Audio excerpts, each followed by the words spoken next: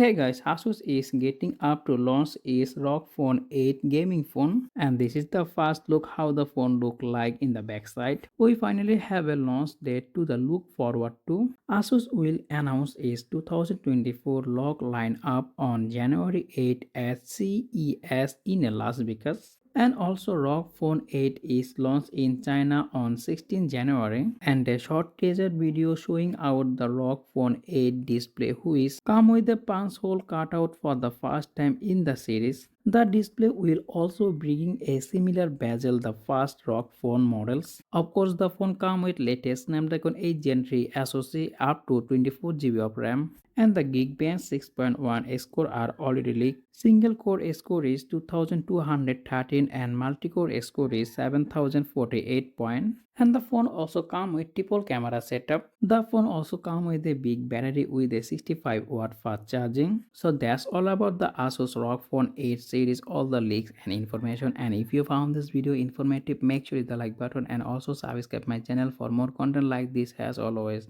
Thanks for watching and I will be catching the next one. Take care. Allah Hafiz.